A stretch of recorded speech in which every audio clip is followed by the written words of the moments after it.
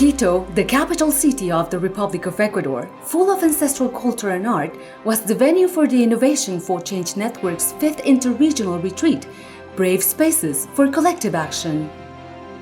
After the COVID-19 pandemic and more than 2 years of virtual meetings, well, it's been quite an experience to face the effects of the pandemic in my country, in my organization. I have to learn to live within my 4 walls in my house, work long hours, adjust my time to spend time with the family and also working. The Interregional Retreat allowed participants from all the hubs to connect in person and hug each other again as a global community. Over 5 days, the global network gathered together to identify challenges and opportunities to support people power, share experiences and skills in key thematic areas inspiring action and solidarity, reimagine ways to build trust and support activists and civil society organizations, explore for collective action and implement our roadmaps and learnings, bridge the divide between local and global activists through a co-imagination process, to design and defend civic space and overcome restrictions to our fundamental freedoms of assembly, association, and expression around the globe. As a global network, we value an open and democratic society in which activists and civil society organizations can organize, participate, and communicate without restrictions. It's a bundle of knowledge, I would say. So many people from so many islands and countries are here and sharing all this knowledge. I can't put it in any other word but to say it's a bundle of knowledge. It's a family that works together all the time. The event was attended by a great diversity of 55 participants from 39 countries across the 7 hubs of Innovation for Change Network, which are Central Asia, South Asia, East Asia, Africa, the Middle East and North Africa, the Pacific, and Latin America and the Caribbean.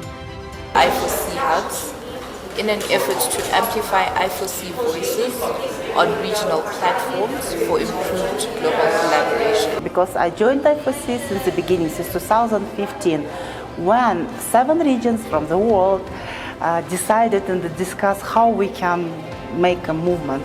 Process.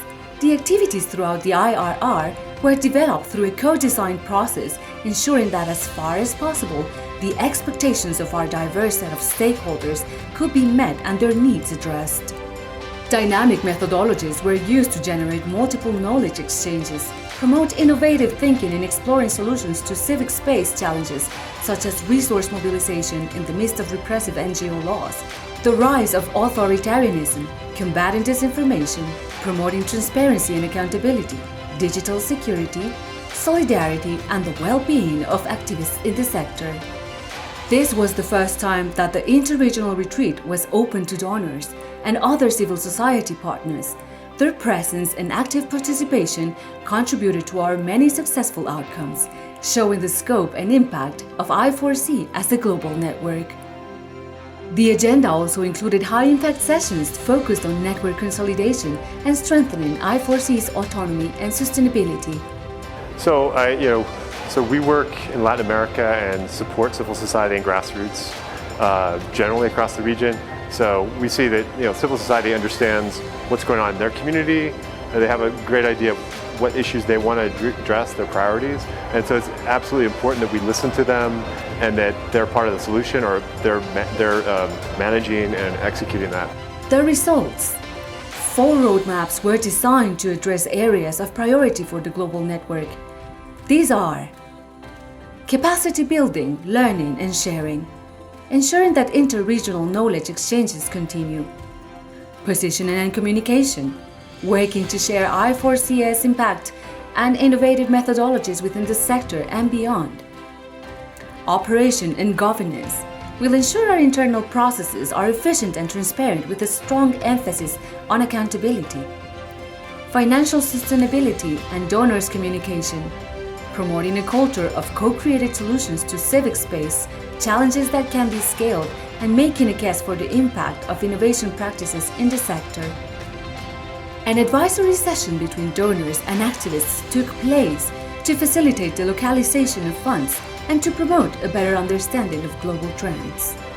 The minimum standards for the global network were identified and prioritized in terms of regional governance, transparency, accountability, and conflict of interest based on the hub's different practices.